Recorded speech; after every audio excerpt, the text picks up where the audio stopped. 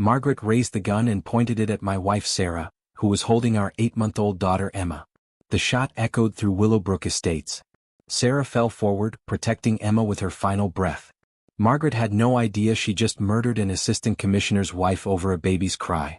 Before watching full story, comment below from where you watching. Also like and subscribe for more stories. My name is David Martinez and I never thought I'd have to tell this story. But here I am, sitting in my home office, looking at the empty chair where my wife Sarah used to sit while feeding our daughter Emma. The silence is deafening. 3 years ago, Sarah and I moved to Willowbrook Estates, a quiet suburban neighborhood with tree-lined streets and white picket fences. It seemed perfect for starting our family. The houses were beautiful, the neighbors friendly, and the HOA promised to keep property values high.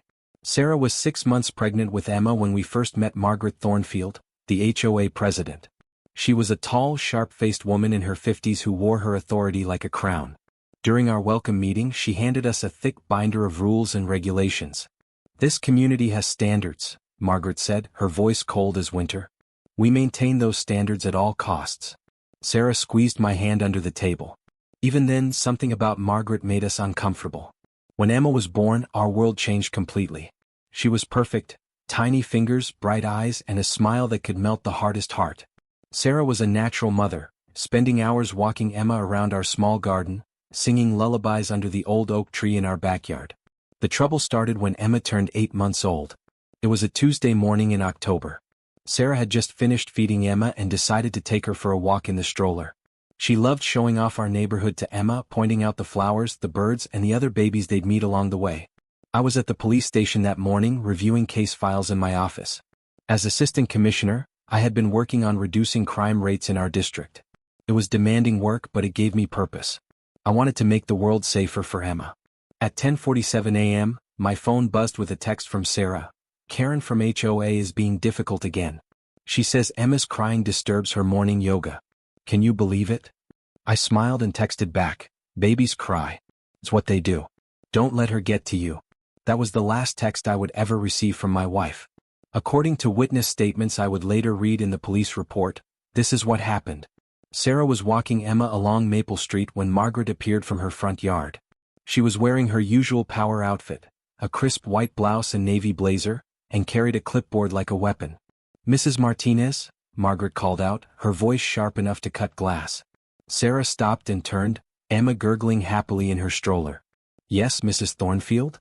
We need to discuss your baby's disruptions to the neighborhood peace. Her crying during my yoga sessions is completely unacceptable."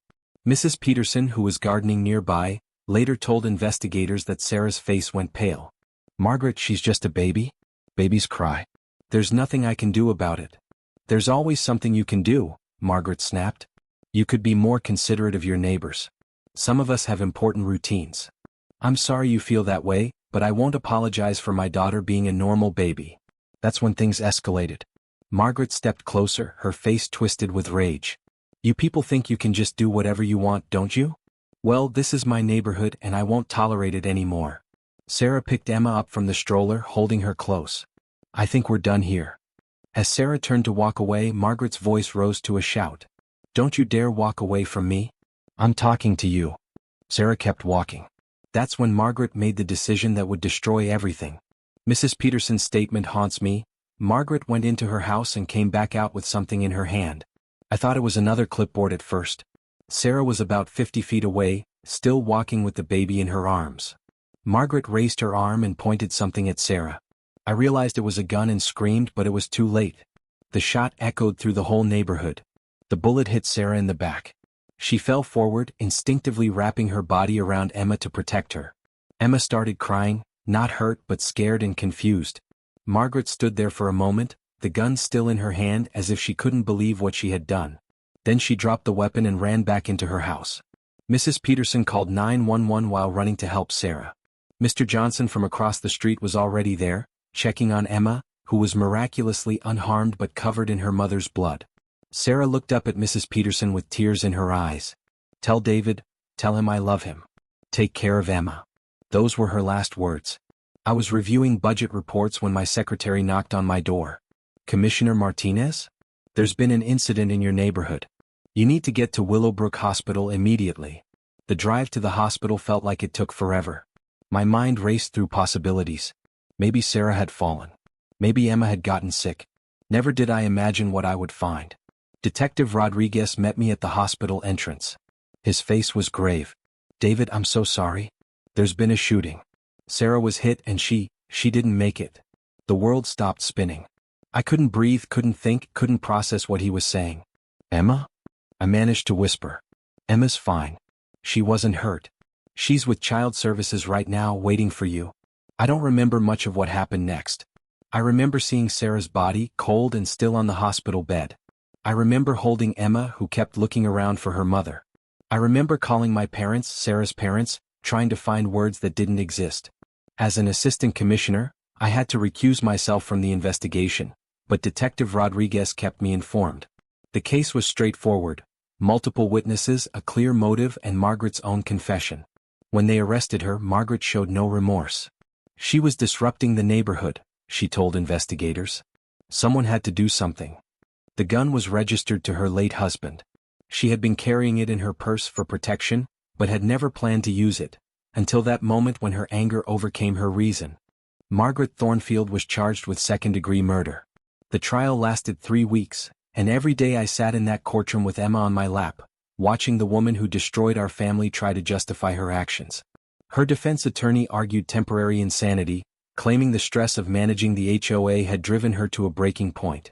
They painted her as a woman who just wanted to maintain order in her community. The prosecutor, District Attorney Karen Williams, presented a different picture. She showed the jury Margaret's history of harassment toward other families, her pattern of escalating behavior, and her complete lack of remorse. The most damaging testimony came from Mrs. Peterson, who described Margaret's cold calculation in retrieving the gun and taking aim at a woman holding a baby. "This wasn't a moment of insanity," Mrs. Peterson testified, tears streaming down her face. "This was a choice. Margaret Thornfield chose to kill Sarah Martinez because she didn't like hearing a baby cry." On the witness stand, Margaret remained defiant. "I was protecting my community from disruption. That woman and her baby were a nuisance." Even her own attorney looked disgusted. The jury deliberated for 6 hours. When they returned, the foreman stood and delivered the verdict: guilty of murder in the second degree. Margaret's face went white. For the first time since the shooting, she seemed to understand the gravity of what she had done. Judge Harrison sentenced her to life in prison with the possibility of parole in 25 years. "Mrs. Thornfield," the judge said, "you took a mother away from her child over something as natural as a baby's cry. Your actions show a callous disregard for human life that this court cannot overlook." As they led Margaret away in handcuffs, she finally looked at me. For just a moment, I saw something that might have been regret in her eyes. But it was too late. Emma is 2 years old now. She's walking, talking, and filling our house with the same joy her mother once did. She has Sarah's eyes and her gentle spirit, but she'll never know her mother's embrace. I've had to learn how to be both mother and father to Emma. I've learned to braid hair poorly, to make pancakes shaped like butterflies, and to read the same bedtime story 15 times in a row because it's Emma's favorite. The hardest part is answering Emma's questions about mommy. She's too young to understand death, but she knows something is missing. Sometimes she'll look at Sarah's photo and say, "Mama home," and my heart breaks all over again. I've had to seek therapy to deal with my anger. There were days when I wanted to take justice into my own hands, when I thought about visiting Margaret in prison and making her pay in ways the law couldn't touch. But Emma needs her father to be better than that. The shooting changed Willowbrook Estates forever. The HOA dissolved within 6 months, unable to function under the weight of what had happened.